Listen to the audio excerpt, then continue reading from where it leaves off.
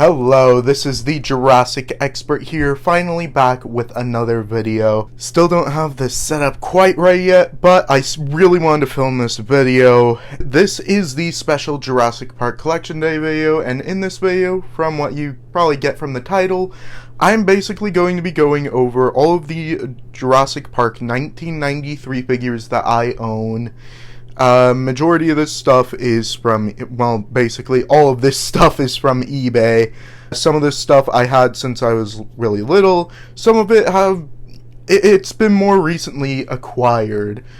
But, nonetheless, I'm going over all of the ones from 1993 from Kenner's original Jurassic Park line. Now, before I actually get into the figures themselves, I do want to just talk quickly about Jurassic Park Collection Day and what that is. Why does this exist? Basically, I've been trying to start this to honor a Jurassic Park toy collector YouTuber named Aster Vega. She had a YouTube channel called Jurassic Park Collection. She passed at a really young age, and she was one of the bigger voices in the Jurassic Park / Jurassic World collecting community, so I really wanted to honor her legacy, and I thought it would be cool to try doing a collection video. Last year I did one just kind of going briefly over all of my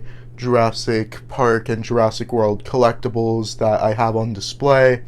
I thought that was a cool idea, and a lot of you guys did show a lot of support, so I am grateful for that, because I kind of felt like I was opening up a little bit more into my personal life, and I'm glad to see that for the most part it was positively received. And yeah, but I decided to spice things up a little bit this year because, I mean, with the Mattel Jurassic World collection, of course it's grown, there's more figures and stuff, but just thought, hey, I might as well spice it up so you could see a really big difference from the last time I recorded that. And also with the Dino Escape figures, that's definitely going to diversify a lot more of what the collection looks like there. But I thought it would be really cool if I went over all of the 1993 figures. So, without further ado, let's get into it. I'm just going to pull them randomly. I have them all piled up. First one, this is a pretty big one, and that is the Kenner Triceratops figure. I've had this for a while, and here's the really miraculous part. Somehow, I have kept the little skin piece. And mind you, a lot of these figures, I was born in the 14-year time gap, so again, that's another reason why a lot of these figures are from eBay, because I wasn't alive to get them. But yeah, I was just astonished to find this, because like years later, because I mean, like most people, and this was like years and years ago. I was probably I was a little kid when I got these. Like, my mom just got a big lot off of eBay after she showed me Jurassic Park for the first time and realized I really loved that film. But yeah, this is one of my favorites from then. From that, my mom just got a big eBay lot, and yeah, so there it is. And one of the cool things about it is it has the real feel skin, but of course, if you press this side, the head kind of rams upward, and of course, you got the battle damage feature. Sorry if there's like a shadow. I'm trying to do this as professionally as I can, but there, yeah, that's a better look at it. You got the JP logo a bit scratched off.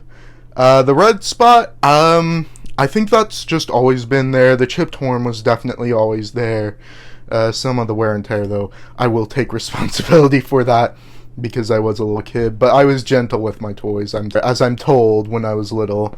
So yeah, this is a very cool figure, and I am very glad to have it. Go in with these two, actually. And yeah, there was a brief time where some of these guys were in storage. I know, how dare I put them in storage, but got the little Babypteranodon figure there. There we go. And, of course, Alan Grant. I have no idea where any of his other stuff He's got a couple of scuffs on him, but I think he kind of came like that. But for the most, and I know I have a second one of him rattling around somewhere, but I'm not too sure where that went. But really cool figure, definitely a very iconic human figure from the first Jurassic Park line. So, now this next one is probably the first of at least 2 damaged figures that I have. And that is the growling Velociraptor. This definitely, I did not intentionally do this. This was just aging. This was actually just aging, believe it or not. I just had it in a box.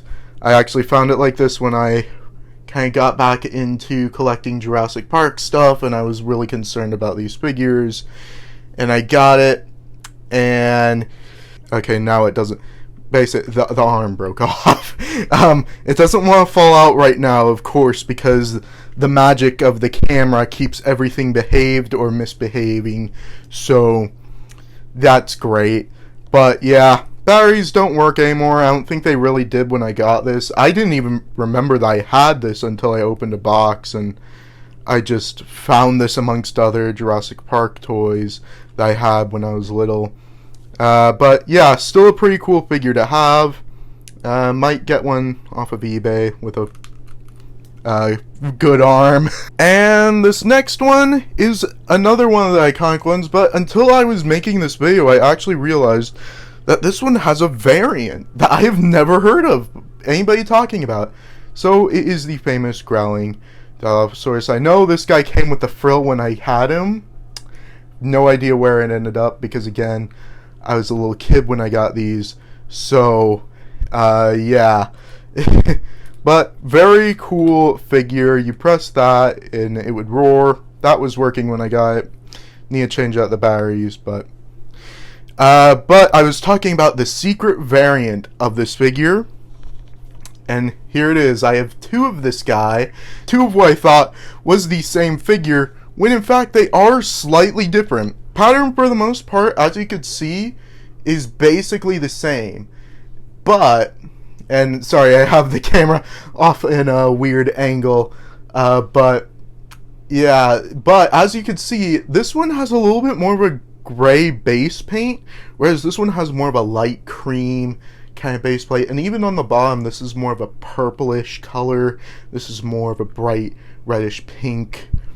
And I checked, these are both legitimate Jurassic Park figures that came out in 1993. So if any of you is more of an expert on the older figures that might know what is going on here, that would be amazing if you could comment down below what might have been going on with the production. But I just found that very interesting, and I had no idea about this until I was making this video.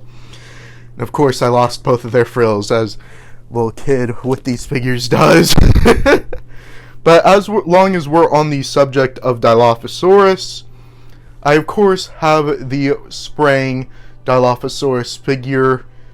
Pretty cool, nice sculpt, gotta love the rubbery feel.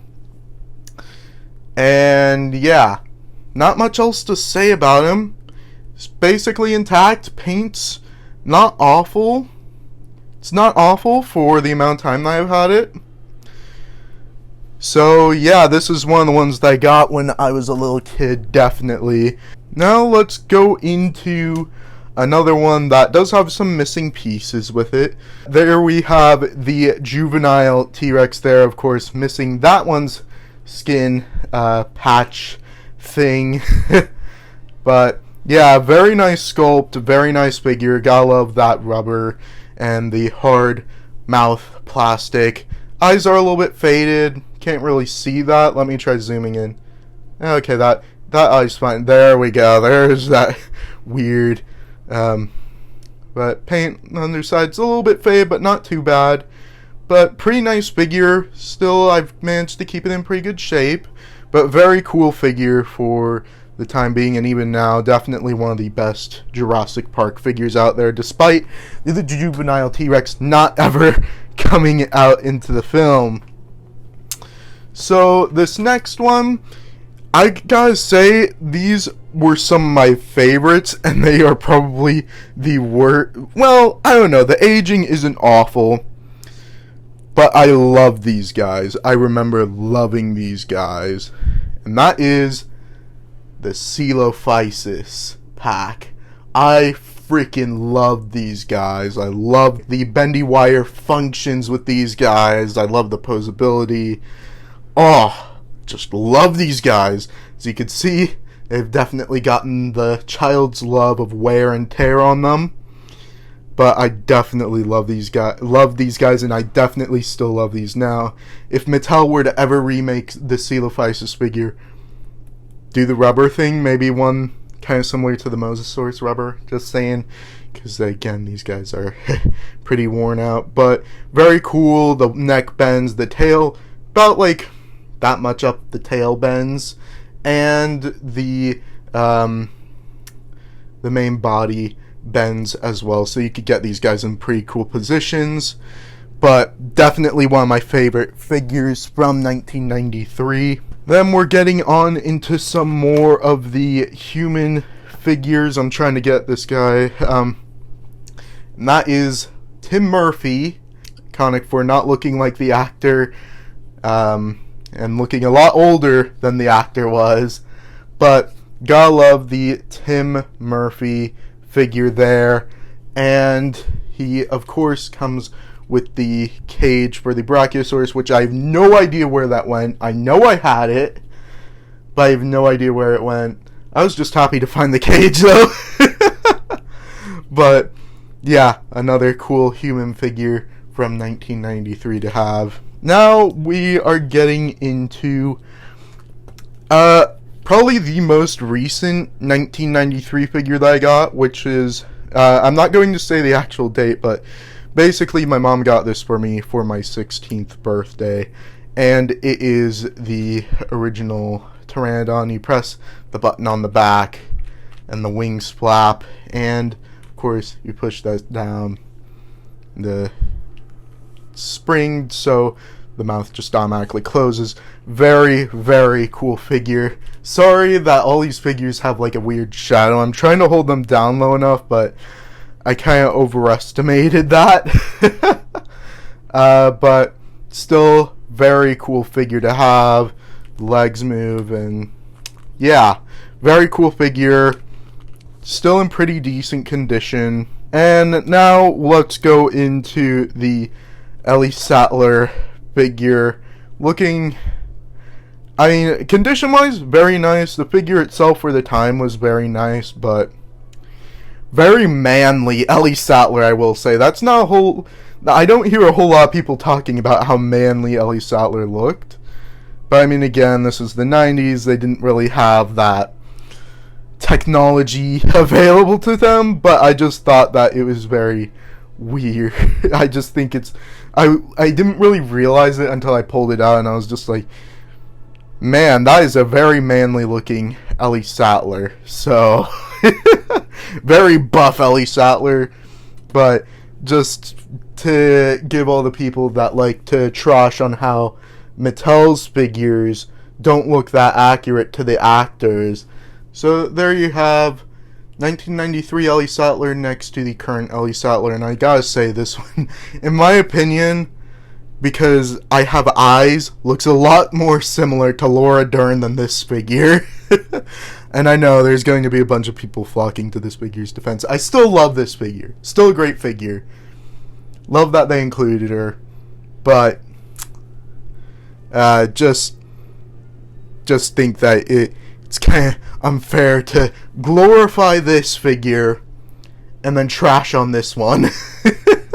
Finally, this is probably the figure that you all are going to be very excited to see, and I've tried keeping this in the best condition as I could.